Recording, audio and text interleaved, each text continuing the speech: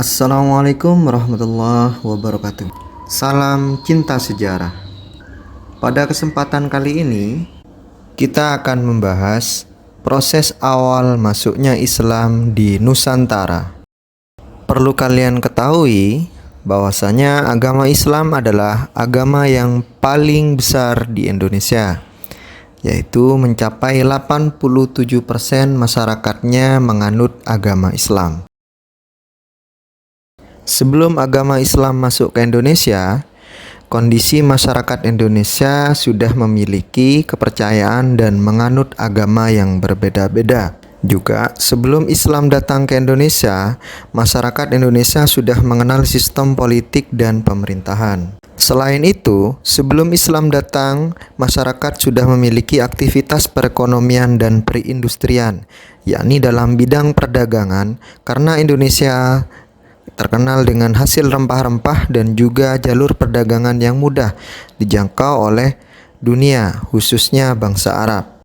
Lantas, bagaimana agama Islam masuk ke Indonesia? Mari kita pelajari beberapa teori yang menyatakan tentang jalur masuknya Islam ke Indonesia. Di antaranya, yang pertama adalah teori Gujarat. Pada teori Gujarat menyatakan bahwa agama Islam baru masuk ke Nusantara pada abad ke-13 Masehi yang dibawa oleh para pedagang dari Cambai, Gujarat, India. Perlu kalian ketahui bahwasanya Gujarat itu ialah India.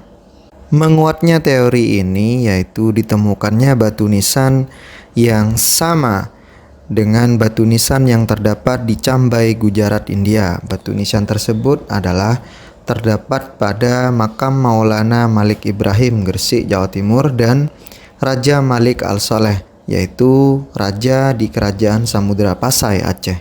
Teori yang kedua adalah teori Arab. Teori ini dikemukakan oleh Sir Thomas Arnold. Ia berpandangan bahwa para pedagang Arab telah menyebarkan Islam ketika mereka menguasai secara dominan perdagangan Barat Timur sejak abad-abad awal Hijriah atau abad ke-7 dan 8 Masehi. Kemudian, teori ini didukung oleh Profesor Hamka.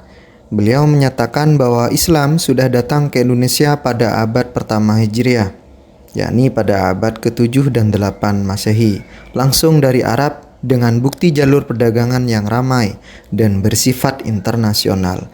Sudah dimulai melalui Selat Malaka yang menghubungkan dinasti Tang di Cina, Sriwijaya di Asia Tenggara, dan Bani Umayyah di Asia Barat. Menurutnya, motivasi awal kedatangan orang Arab tidak dilandasi oleh nilai-nilai ekonomi, melainkan didorong oleh motivasi spirit penyebaran agama Islam. Selain melalui perdagangan, banyak bangsa Arab yang bermukim di pantai barat Sumatera melakukan perkawinan dengan wanita lokal.